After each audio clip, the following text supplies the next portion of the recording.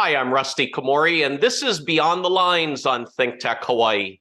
I was the head coach of the Punahou School boys varsity tennis team for 22 years, and we were fortunate to win 22 consecutive state championships. This show is based on my books, Beyond the Lines and Beyond the Game, and it's about leadership, character, and creating a superior culture of excellence. My special guest today is the CEO and founder of Hola N Pua. She is Jessica Munoz, and today we are going beyond anti-child sex trafficking.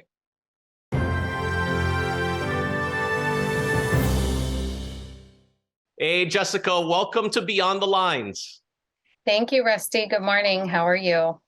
Jessica, you've been doing remarkable work. I am so impressed with what you've been doing with Hola N Pua. But I saw a picture of you as a little girl with a stethoscope. And I want to know, why did you want to become a nurse? So ever since I was a little girl, that was me when I was about 3 years old, and I knew I wanted to go into medicine. I wanted to help people. I always felt so horrible when people were sick, and I wanted to find a way to bring healing. So I knew I was bound to go into medicine, and then became a nurse practitioner after becoming a nurse. So Jessica, when you were a nurse practitioner at Kapiolani Medical Center, what did you see there? So between both Kapiolani and Palimomi Medical Center, where I worked as a nurse and then as a nurse practitioner, I was able to recognize kids that were coming into our emergency rooms that we weren't necessarily seeing their victimization. Oftentimes, kids who are being sexually exploited or trafficked are often labeled as truants, delinquents, runaways, substance users. And yet the core root of what's going on in their life is that they're being victimized and they're being exploited. And back in 2009, there wasn't a lot of conversation about child sex trafficking in America, let alone here locally in Hawaii. It was looked at as this international problem, but the reality is that it's happening to both kids who are domestic born and children and women from abroad. And so no one had taught me about the issue. I just started recognizing things that didn't seem right, and was inspired to take action, and thought I was going to educate healthcare professionals and make sure that they knew that this was happening. And little did I know it would go on to become something so much bigger.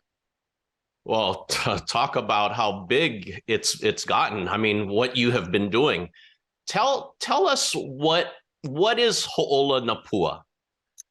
So Ho'ola N Pua means new life for our children. And we started with the initiative to shine the light in the darkness and watch new life come forward. And we started as a grassroots entity. We had a bunch of crazy, fun, excited, passionate volunteers who literally, through one conversation at a time, started raising up people who cared about this issue, who wanted to take a stand. And so we built community-based programming that really helped to meet the needs in the community and help raise awareness and advocacy for the issue. And at the same time, we recognized that there was no comprehensive residential care for kids who'd been trafficked in Hawaii, let alone across the country. In 2009, there was less than 50 treatment beds for kids who'd been trafficked. Now there's less than 600, but there are 100,000 children that are trafficked every year in the United States of America. Oh, that's just sad. And Jessica, can you share a story or examples of stories that you've seen with these girls? Yeah, so I've had the opportunity and the amazing honor to be able to walk side by side with many of these youth for a long time. You know, I've been in this work over 14 years, and we have now been able to see some of our youth go on to become mothers, get jobs, be successful, get married, and move forward with their lives. But I remember one of these youth in particularly, first meeting her in detention, several years ago. And at that time, this individual's life has been really wrecked, right? And ruined, and that innocence has been destroyed. And so listening to the traumatizing things that these kids go through on a day-to-day basis, it's not just, being raped one time is very traumatic, but being raped 3,000 to 4,000 times is a whole other, it's a whole other complex, it's way complex, right? The trauma is complex, coupled with, several of our kids have suffered severe child abuse, neglect, sexual abuse, and violence in the home. And then they're put out on the street and are victimized by someone that appeared to be their friend, someone that appeared to want to take care of them, and yet instead had calamity and destruction laid out for their lives. And so, we've worked with kids that are as young as 11 years old. And I'll tell you, this crime knows no socioeconomic barrier or boundary. And sadly, until 2021, there was no comprehensive treatment for them. So when we built and developed our comprehensive treatment program, it was the first time that several of the girls that we've worked with who now find residence at Pearl Haven feel safe and have a place to start to open up and heal.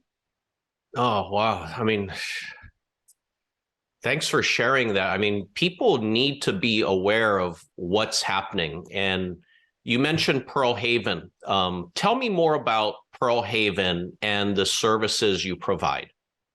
Absolutely. So Pearl Haven is our comprehensive residential treatment center, and it's for girls ages 11 to 17. I first found this amazing place, and it was completely destroyed, and was able to rally volunteers and community members to help us renovate this condemned facility and turn it into a state-of-the-art comprehensive treatment center where we offer not only individual and group therapy, but family therapy, equine and animal-assisted programming. We have art, music, dance. We provide education on site. We do a lot of mindful movement, activity, yoga. But what we've developed here is a model of care that we're piloting, because the rest of the country is looking for answers of how to bring healing for this population of youth. And so we have interns and volunteers and, case managers and nursing staff. And, it's a comprehensive place. It's like a small behavioral health hospital. And we work with all Department of Health, Department of Human Services, Department of Education, juvenile probation, so that we ensure kids have access to a treatment program like this. It's not a shelter. It's not a drop-in center. A lot of times they're with us for 12 to 18 months because they need that amount of time to heal. But what I like to refer to Pearl Haven as is a dream incubator. Many of these kids have had their childhood stolen. They have not had the opportunity to really figure out what they're good at, what they like. And so what I try to do out at Pearl Haven is ensure that we are bringing so many opportunities for these kids to connect with healthy things, that they can learn and grow, and we can reshape the past, right? Because the past for them is a scary place. And so we want to create new memories to combat the negative memories. That's just absolutely fantastic what you're doing to really help these girls. And wow, what a beautiful building that is Pearl Haven. And Jessica, tell us about Lauren Bromley and how she helped you significantly. So as we all remember, COVID was quite the shakeup in our community. And Lauren Bromley was someone that I was introduced to in 2019. And during 2020, the year of the pandemic and shutdown, Lauren became very involved with the Pearl Haven renovation project. And she came in at a time where we really needed that large gift that was going to help close the campaign. And it was an active renovation. So we were actively raising money and actively renovating. And so I needed a good $2 million gift. And Lauren came to our aid, and she ended up donating $2 million. She and her family foundation, the Bromley Family Foundation. And so she named she had the naming right on the building. But Lauren is a local girl, very well connected in the community, has a heart and passion for girls and girls who have been abused and victimized. And so she has been a fierce advocate for these kids. And she has become a dear friend. And I owe so much. I owe an incredible amount of gratitude to her, and always will. And she continues to walk by us and make sure that our program is successful. And so I'm very, very thankful to her. And that was one of the blessings for me that came out of COVID, was my relationship with her. Man, that is absolutely incredibly great of Lauren. Jessica, you have built a great team of people around you. How can people help? I mean, you mentioned that you have staff and volunteers. How can people help in a variety of ways? So we have several opportunities for getting involved. First and foremost, if you're watching this show, then you can't say you didn't know that child sex trafficking was happening to our local girls here in Hawaii. So I implore you to share it with your family and with your friends that this is happening, because awareness is key. Awareness leads to advocacy, and awareness leads to action. Our legislators really need to understand the scope of this, because we need to make it a priority in our community to protect our children. People are after our children every single day to victimize them. The internet, the phone has all led way for the traffickers and exploiters to have easy access. I've worked with kids from all backgrounds, kids who've come from private school, kids who, come from public housing. Children are at risk, and they're even more at risk now, given post-COVID, the mental health state of our communities. And these individuals who exploit are very good at what they do, and they're very charming and very cunning. So parents, beware. Know what your kids are doing on the phone. Take one of our webinars and learn all of the signs and symptoms and how you can report suspicious activity. Secondly, we have opportunities to volunteer. So our Starfish Mentoring Program is an intensive one-to-one mentoring program that connects high-risk kids or kids who've been victimized with that safe, loving adult who will be able to walk life with them, who will help them learn to write a resume.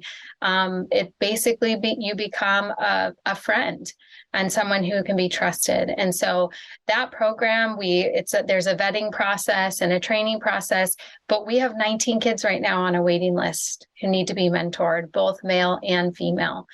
So we're looking for people to volunteer 2 hours a week to work with our youth. We also have opportunities for our events. We do a golf tournament and a big gala. So we have lots of volunteers that are needed for that. We go into the schools and teach prevention education, and there's opportunities to volunteer and work with our education program manager to work with the presentations and work with the students. If you want to have your company or your employees trained, every sector of our community needs to receive training on this, because trafficking intersects with all sorts of businesses: the banking industry, the real estate industry, the shipping industry, the tourism industry. So we need to ensure that all of our local businesses statewide get training on this, how to identify it, how to report suspicious activity, and then how to become part of the solution by contributing, by having your employees volunteer. We've had some great relationships with Jacobs Engineering, with Booz Allen Hamilton, where they've brought us in for lunch and learns, whether it's through Zoom or in person. So we love to be able to educate, because education is power. We provide a lot of work on the advocacy side. So people who are interested in writing letters to legislators and Congress individuals, to the city and county, we need to raise our voice because there's a lot more that we can do. And the last thing I'll say is that it is time for us to have a zero tolerance for demand, because the only reason that we exploit children is because we allow it to happen, and because there is an entity and many entities and individuals who are buying sex from kids. If you don't have people buying, you don't need to sell children. So we as a community need to embrace a zero tolerance policy, that we're not going to allow it, and people who are found doing this activity will be held accountable. I completely agree that is the solution right there. And Jessica, a few years ago, one of your board members, Chris Eldridge, did a book donation to Hola N Pua of my first book. And I'm going to do a book donation of both of my books. 2 boxes of books I'm going to give to you, and you can give it out to your administrators or mentors or the girls as well. And as you know, I talk a lot about creating a superior culture of excellence, and that's exactly what you have done. And I also talk about the importance of inspiring hope, and that's what you have seen. How powerful is hope? So I have a sign at Pearl Haven that says, "Hope blossoms here." And the reason why I didn't say hope begins here is because I tell our youth that if you didn't have hope, you wouldn't still be alive, and you wouldn't have been able to survive out on the streets and survive the abuses that you've had. And so hope is extremely powerful. I've listened to youth say to me, "I didn't think I was going to make it. And then something happened and someone came along to reach out." And so when we look at keeping that positive mindset, and for us, our youth walk a terrible, painful journey towards healing every day. We try to create spaces and places for them to feel hope and light, but it is hard. It's hard to face your trauma every single day. But that hope, that innate hope that's inside of you, can blossom and grow and drive you towards hope, healing, renewal, and envisioning a new bright future for yourself. And I will even say for myself, this journey has been hard. I mean, I've had to pound on doors and beg for meetings, and this is a tough topic to talk about in our community. But I've had to maintain hope and optimism and a resilient spirit in order to be able to have done what we've been able to do in the community, despite a lot of odds, and despite being unpopular at times. So hope is extremely powerful. And I'll tell you, it's been the thing that has kept me going throughout all of my years of doing this work. And I have to maintain that perspective, because I've listened not only to the youth that we serve's trauma, but even with my own work in the emergency room as a nurse practitioner, I've been around a lot of trauma, and I see what the power of hope can do to drive resiliency. So I always say it's resilient hope that keeps us going. Yeah, I completely agree. I say that the most important 4-letter word in all of our lives is hope. And Jessica, I'm going to put you on the spot right here. I know that you read the Bible. What's a verse that really resonates with you? So I have a verse in the Bible that I have in my bio, and it's what has driven me to do this work as long as I have. And it's Psalm 63:7, which says, "I'm free to run and play because you stood for me." And that's my hope, and my passion is to see these youth really be able to step into that freedom and have that childhood that they have not been able to experience, and for them to reimagine a bright future. Another verse that I hold close is in Isaiah 58, which talks about expanding the stakes of your tent. and expanding your borders. And so what I have used with that is expanding reach, is that I feel like I've been given a gift of being able to talk about this issue amongst different cultures, backgrounds, people from different sides of the aisle, faith-based, non-faith-based communities. And I know I'm challenged to bring this message forward because more youth need to be free and more youth need to be able to walk in the light. And this has got to be exposed for what it is, because our kids' lives are in danger and their futures are at stake. Well, I know that this is exactly your life's purpose and life's mission, and I want everybody to support you, and I want to know, Jessica, what is the Red Sand Project? So in I believe it was 2019 or 2020, we partnered with Molly Gachman out of New York, who is an artist. And so basically we bought all of these red sand packets and we brought together law enforcement, service providers, community members, the mayor. When Josh Green was lieutenant governor, we brought everyone together to pour red sand in the cracks in a very noticeable place around the islands, every single island. And it's used to demonstrate that there are cracks in the systems of care that these victims can fall into. And it is our job to close the cracks. It is our job to recognize how we can come alongside of these individuals who have been victimized. And so we found it as a great unifying force and something that doesn't require a ton of effort, but it is a powerful statement when you see key leaders in our community pouring sand in the cracks, showing that there's still so much more that we need to do and that we need to reinforce our commitment to those most vulnerable. Wow, that's powerful, that Red Sand Project. I love that you're doing that to really bring awareness. And Jessica, I want to ask you about National Prevent Human Trafficking Day. When you see this day and you see the support of people that come out, is it growing significantly every year about awareness and more support in the public?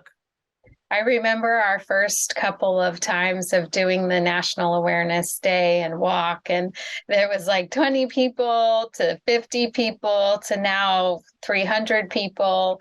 And so, it's been amazing to see the amount of people start coming out, both professionals, community members, legislators, law enforcement, just coming out to raise a unified voice. And so while it's only one day, specifically a year, there is the entire month of January, which is Human Trafficking Awareness Month. And then the month of July 30th, is actually Global Human Trafficking Awareness Day. So we usually do sign waving then. So we try to capitalize on anytime we can to raise awareness, because it's happening every single day in our community as well as nationally. And so we want to join force with the rest of the world as we're acknowledging and recognizing this and the shift that needs to happen. And our goal is that Hawaii sends that tidal wave across the ocean and that circulates around the globe, and that people will see what we're doing here, and that how a tiny island community could drive such significant change. Yeah, these little things matter, and little victories lead to big victories. And it's interesting to see how that National Awareness Day has just grown. And Jessica, I always say that all of us are so much more capable of doing so much more than we think we're capable of doing. And I know that is there one Jessica, or is there like 5 Jessicas? Because I know that you are so busy. You're always on the go. I hear this from a variety of people. But what have you learned about yourself on this journey so far? So, I used to be deathly afraid of public speaking. I was a dancer growing up, so I could dance in front of thousands of people doing ballet and be completely fine. So I've had to overcome my fear of public speaking. So I've learned through that you can do anything you put your mind to, but also you have to be brave, right? And I think for me, I'm a risk taker and I'm willing to put it all on the line to make sure that something succeeds. And for me, I'm just so driven to help this population of kids that I will do whatever it takes to ensure that they have access to the services that they need. But also I've learned through some of the School of Hard Knocks too, that you are not invincible and you do have to rest. And so I have been really trying hard to create some space to enjoy being outside and writing and doing some other things. So I'm looking at how to create more of that and create that space to be creative again and to think. And so, Jessica, does that include tennis? Yes. So I have wanted, Lauren Bromley had paid for my first tennis lesson. And so I'm so thankful for her, but now she has me all hooked on wanting to learn tennis. But I'm hoping to do a lot more national speaking and do a national speaking circuit and do a lot more awareness and advocacy. And then I'd love to write a book about this journey and about the honor it has been to serve this population of kids in our community. Well, that's, taking that one private lesson in tennis, that must have did like really good for you, because you're like a pro right now, right? Hey, I don't really know how to play, but I get the girls out there playing and they love it. And the balls are going everywhere, but you know what? We have fun. Do you guys have tennis courts there? We do. Tennis, pickleball, volleyball, basketball. I am very passionate about getting kids moving. Mindful movement is what we call it, AKA exercise. Yeah. Yeah, it's all about fitness and conditioning, exercise. I mean, just moving, just keep moving. Yes. And wow, Jessica, I really want to thank you for taking time to be on the show today. I mean, you are an extraordinary woman. You're an extraordinary leader. You're very tough, very resilient, very passionate. And you're a tremendous role model for everybody out there. And I really want to thank you for taking time to be on the show today. Thank you for giving me this opportunity for us to talk story. And I look forward to further conversation. And I'm so honored to be able to do this work. Definitely. Thanks, Jessica. And thank you for watching Beyond the Lines on ThinkTech Hawaii. For more information, please visit rustykomori.com, and my books are available on Amazon and Barnes & Noble. I hope that Jessica and I will inspire you to create your own superior culture of excellence and to find your greatness and help others find theirs. Aloha.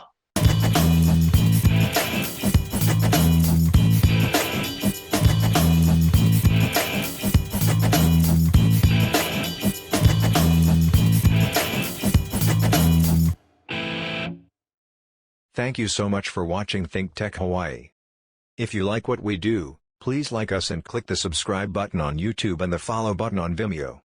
You can also follow us on Facebook, Instagram, and LinkedIn, and donate to us at thinktechhawaii.com. Mahalo.